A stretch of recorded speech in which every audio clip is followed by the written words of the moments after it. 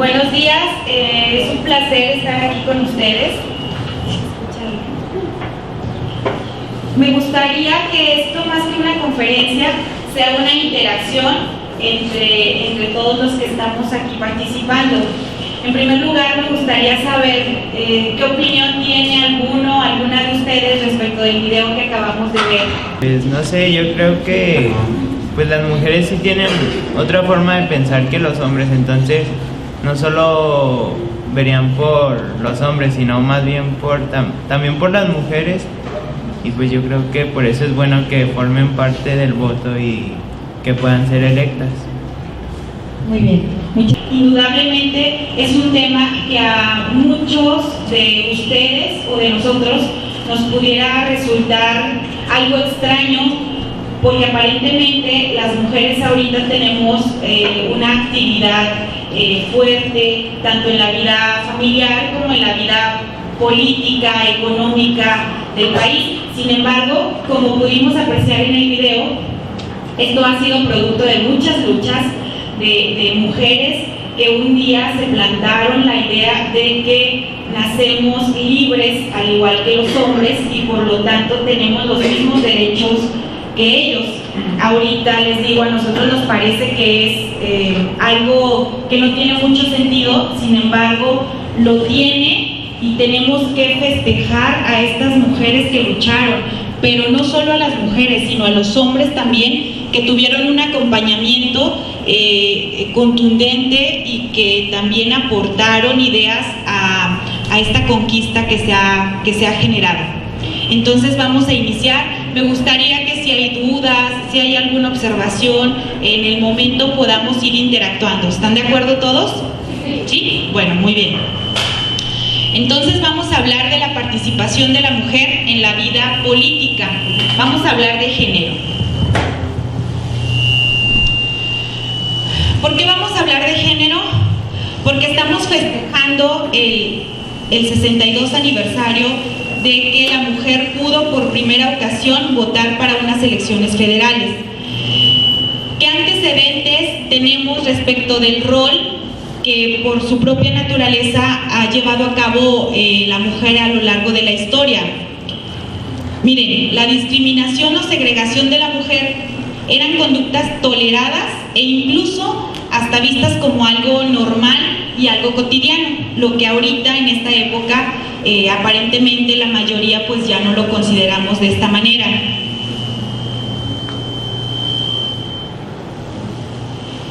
Vamos a ver algunos ejemplos de discriminación que ocurrieron hace algunos cientos de años. Por ejemplo, el Tratado de Conducta Moral y Costumbres de Francia en el siglo XIV decía: ¿se podrá mejorar lo del...? Voy a tratar de hablar fuerte mientras arreglan lo del audio, ¿sí? Miren, este Tratado de Conducta Moral y Costumbres de Francia decía: cuando un hombre fuera reprendido en público por una mujer, tendrá derecho a golpearla con el puño o el pie y romperle la nariz, para que así desfigurada no se deje ver, avergonzada de su faz, y le estará bien merecido por dirigirse al hombre con maldad y con un lenguaje osado. Eso ocurría en Francia. Luego en el siglo XVII, el rey Enrique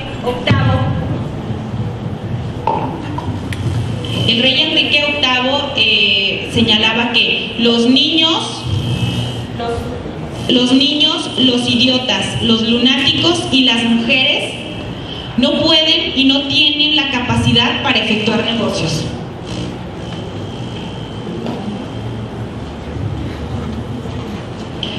Ahora vamos a ver en la Constitución Nacional Inglesa del siglo XVIII mencionaba: todas las mujeres que sedujeran y llevaran al matrimonio a los súbditos de su majestad mediante el uso de perfumes, pinturas, dientes postizos, pelucas y relleno en caderas y pechos, incurrirían en delito de brujería y el casamiento quedaría automáticamente anulado.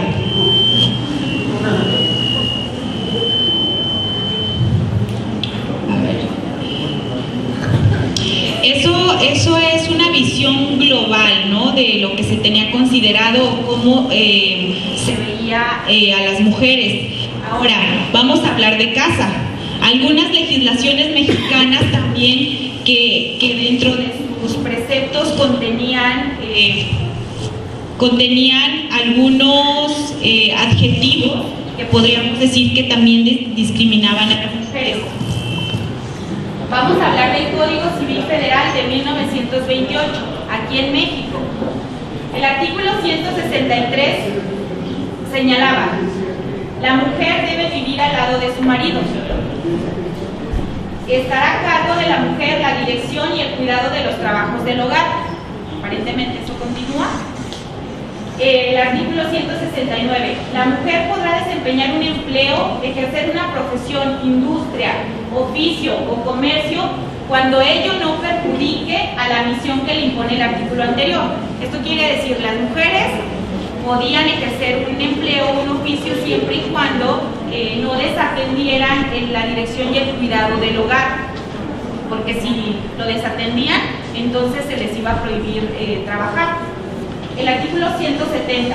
El marido podrá oponerse a que la mujer se dedique a las actividades a que se refiere el artículo anterior, siempre que subvenga a todas las necesidades del hogar y funde la oposición en causas graves y fundadas. Entonces, la mujer en este sentido estaba sujeta a lo que percibiera el hombre respecto de el marido, respecto de su actividad en el hogar.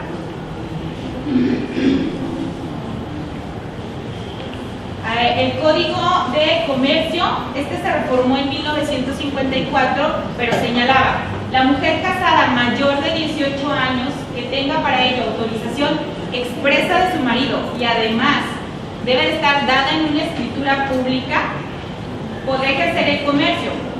Sin la autorización de su marido, podrá ejercerlo en los casos de separación, ausencia, interdicto o cuando el marido no tuviera activos sus derechos civiles. La ley de amparo. La ley de amparo se derogó en 1966 respecto a este precepto. El artículo 17 señalaba: cuando el agraviado se encuentre imposibilitado para promover el amparo, podrá hacerlo cualquier otra persona a su nombre, aunque sea menor de edad o mujer casada. ¿Sí? Sí. O sea, aquí ya empezábamos a tener pues más consideraciones respecto de la mujer. Entonces, hasta aquí, ¿qué podemos apreciar, chicos? La no discriminación permite que haya un ambiente sano y equilibrado, apto para el desarrollo humano y para las actividades productivas de una nación. Y esto se va a integrar mediante la convivencia de los hombres y las mujeres.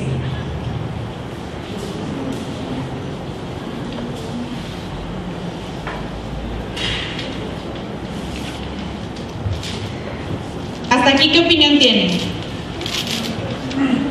Ya ha habido un gran avance a través de la historia sobre el proceso de educación de las mujeres, ya que se les ha dado mucha participación y actualmente son piezas claves para el avance de este país. Y pues también que antes estábamos con las ideas cerradas de que la mujer se quedaba en la casa y el hogar, pero si nos transmitimos un poquito más a la historia, así era desde un principio donde no existían ni clases sociales, ni estatus, ni nada, no, pues tal vez una lógica que en serio entiendo. Así es, sí, estoy totalmente de acuerdo con tu comentario. Incluso no sé si algunas de ustedes en los roles que llevan a cabo en el hogar todavía vemos cierta resistencia por parte incluso de las propias mujeres, ¿no? No sé si a alguien le ha pasado que, a mí no, por ejemplo, que la madre te dice: ay, pásale el plato a tu hermano, ¿no? Todavía hay conductas de este tipo muy enraizadas en las estructuras familiares, pero bueno, eso nos corresponde a nosotros como hombres y mujeres buscar esta igualdad de condiciones, tomando en cuenta que por nuestra propia naturaleza somos diferentes, hombres y mujeres somos diferentes, pero tenemos los mismos derechos. Entonces esto es algo muy importante.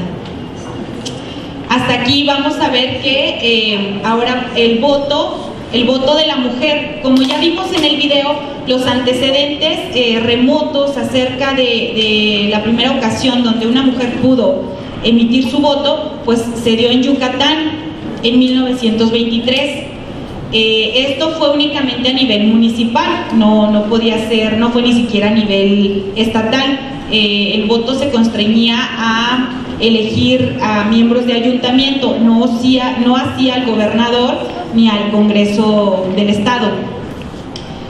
Esta información ya la vimos, que hubo ya participación activa de la mujer en esta etapa. Sin embargo, cuando asesinan al entonces gobernador, las mujeres tienen que dejar su cargo.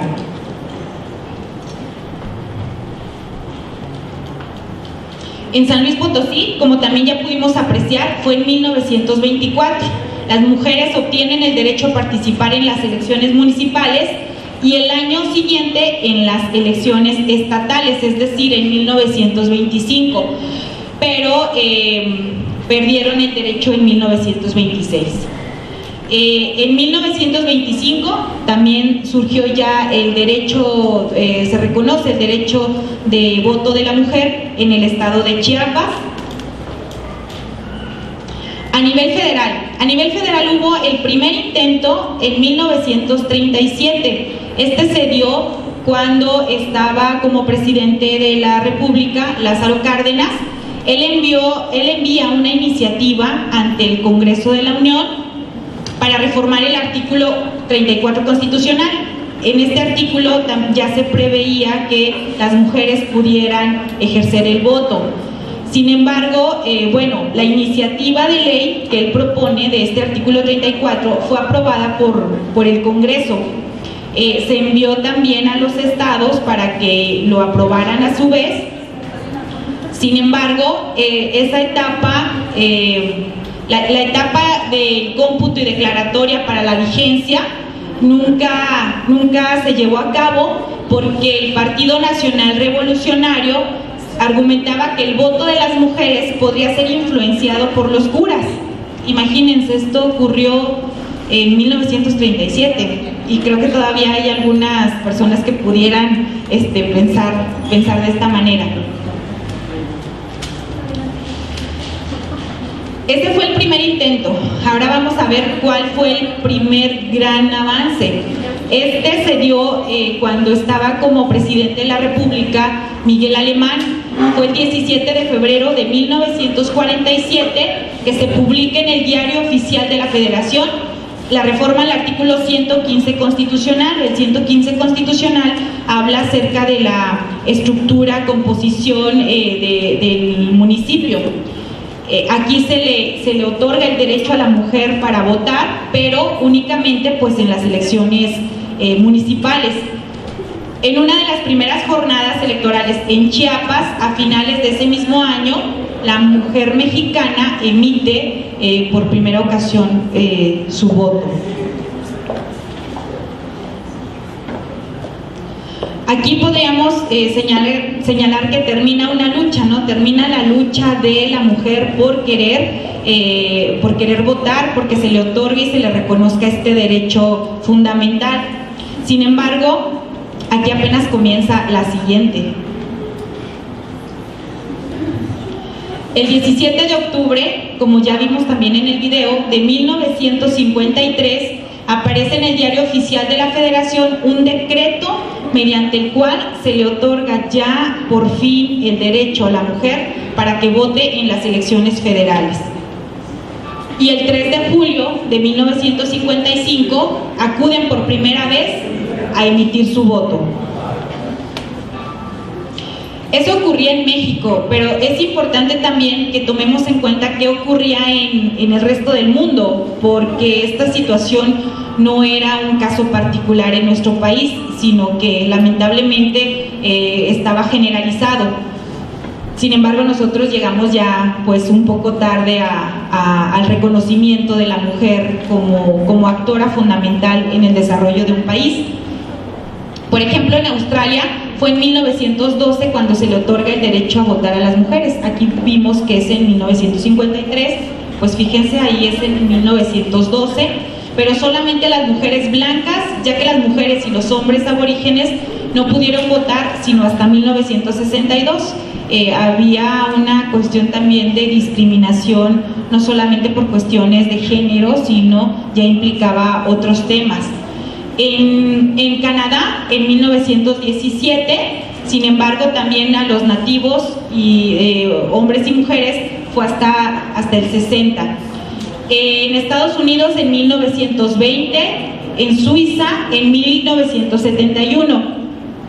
Pero miren ustedes, el último país del mundo en reconocer y aceptar el derecho de voto de la mujer fue en Arabia Saudita, apenas en 2011, hace algunos años, apenas se reconoce el derecho de la mujer de votar.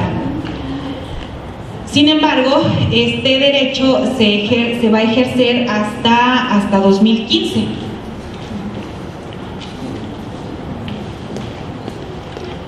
Aquí vamos a ingresar a otro plano. Aquí ya la mujer tiene derecho a sufragar, ya tiene derecho a postularse para cargos de elección popular en equidad de condiciones, pero lo que la mujer siempre aspiró es a la paridad, ¿no? Que sea un 50 y un 50% de posibilidades y de derecho para acceder a los cargos de elección pública. ¿Por qué? Miren ustedes, el padrón electoral, es decir, donde se encuentra, o es una lista enorme que maneja el Instituto Nacional Electoral, donde aparece el registro de todas las personas mayores de 18 años que solicitan su credencial para votar. Esta es la lista del padrón electoral. Entonces, este padrón electoral se conforma el 52% por mujeres y el 48% por hombres. Entonces, somos mayoría. Les pregunto aquí a ustedes, ¿cuántas, aproximadamente en cada grupo, cuántos hombres y cuántas mujeres hay? ¿Cuántas mujeres?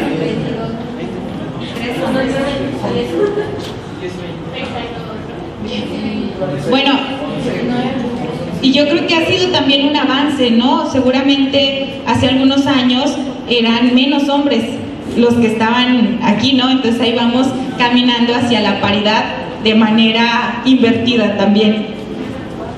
Bueno, entonces de que somos mayoría en el país es un hecho. En cuestión ya adentrándonos al tema que nos compete a nosotros, el tema electoral, el tema donde se ha buscado regular la participación de la mujer bajo condiciones de mayor equidad, ha transitado por diversas fases. Y se las voy a explicar de manera muy breve. La primera fase fue en 1993, donde en la ley electoral de entonces, que era el Código Federal de Instituciones y Procedimientos Electorales, se establecía en 1993 la obligación de los partidos políticos de la igualdad de oportunidades entre hombres y mujeres y la equidad para tener acceso a cargos de elección popular. Nada más que aquí pues era hasta cierto punto interpretativo el tema de la equidad. La segunda etapa la podemos ver en 1996, donde el legislador aquí crea una regla, que es la famosa regla 70-30, donde aquí se obliga a los partidos políticos de que la conformación de sus candidaturas sea por un 70 y un 30% del género que fuere, pero obviamente pues las mujeres eran las que estaban en el 30%. En el 2008 el mismo COFIPE señala que tenemos que procurar la paridad de género.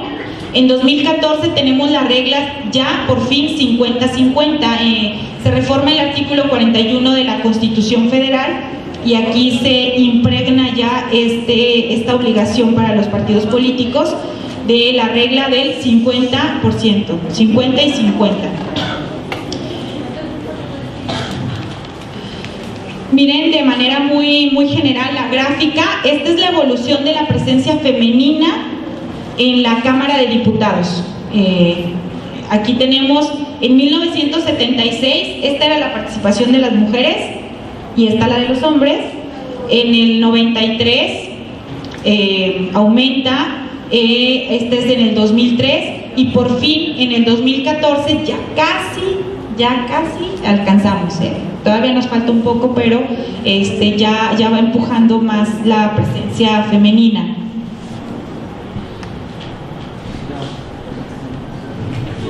Hay un estudio, chicos, de parametría a nivel internacional, donde es un indicador que investiga acerca de la equidad de género en las políticas y el porcentaje de mujeres que ocupan asientos en los congresos y en los parlamentos del mundo.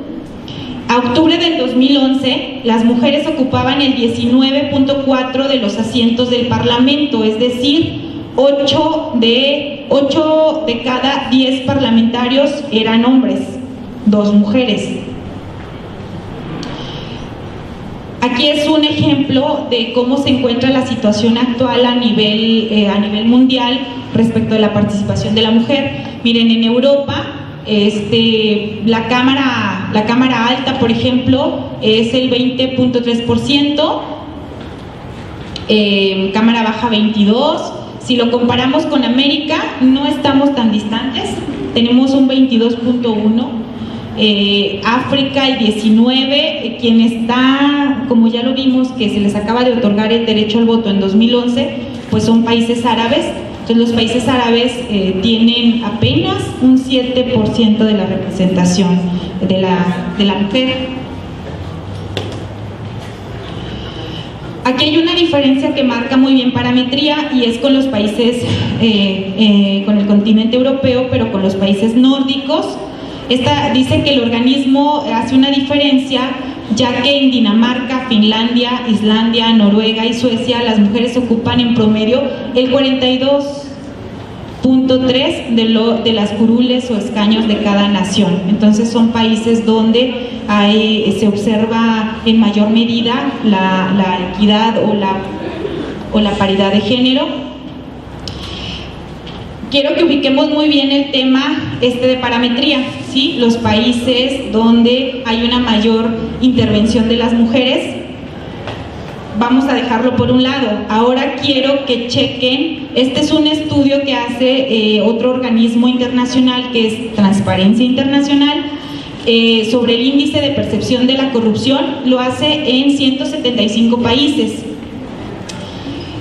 Y aquí tenemos, curiosamente, que los países nórdicos que tienen mayor participación de las mujeres en los cargos públicos son los países que tienen menor índice de corrupción.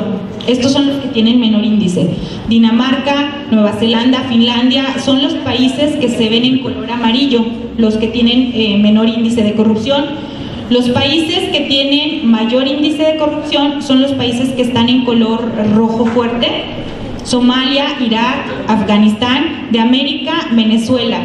México nos encontramos, también ustedes lo saben, en un porcentaje bastante preocupante. Me parece que de los 175 estamos como en el 103 de 175, donde el ideal pues es el número 1, ¿no? Entonces, en Islandia, por ejemplo, que ahorita les mencionaba, las mujeres ocupan el 40% de los escaños parlamentarios y el 50% de las posiciones ministeriales, como las secretarías de gobierno, etc. Islandia es el país donde la mujer tiene mayor participación activa y donde se reconocen más sus derechos. Ocupan el 40% de los escaños, como ya lo mencionamos, y el 50% de las posiciones ministeriales. Miren ustedes, el 82.6% de las mujeres islandesas en edad laboral trabajan y constituyen el 45.5, casi el 50% de la fuerza laboral del país. Bueno, ya casi para terminar, me gustaría leerles un decálogo que hizo hace algunos años la doctora Macarita Elizondo Gasperín, ex consejera electoral del entonces Instituto Federal Electoral. Y ahorita en este momento de aquí del IEPC me van a ayudar a darles una versión de este decálogo. Me gustaría que lo tengan hombres y mujeres. Es sobre la importancia de la participación política de la mujer. Esta es una versión formal y ahorita vamos a ver una versión coloquial. La formal dice: demuestra que las mujeres somos protagonistas en la vida pública y no solo en el ámbito privado o familiar. Da a conocer una forma diferente de pensar y de actuar en la sociedad. Reconoce que es fundamental para el desarrollo democrático. Contribuye a hacer efectivo el derecho al sufragio universal. Favorece la vigilancia y la evaluación del cumplimiento de las normas en materia de género. Obliga a conocer e impulsar el correcto uso del lenguaje en la esfera pública. Coadyuva con la unidad entre los géneros. Fortalece nuestro compromiso por la paz. Combate la crisis de legitimidad en el mundo. Sirve como un detonante para impulsar cuotas de género en otros ámbitos, por ejemplo, el ámbito económico.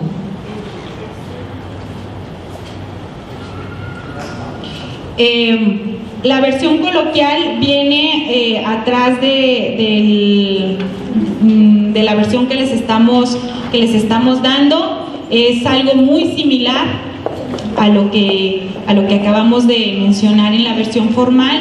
Y de mi parte no me queda más que agradecer mucho su atención y me da mucho gusto estar con ustedes. Me gusta que haya participación y vamos a impulsar el trabajo y el reconocimiento de los derechos de las mujeres, pero también el de los hombres.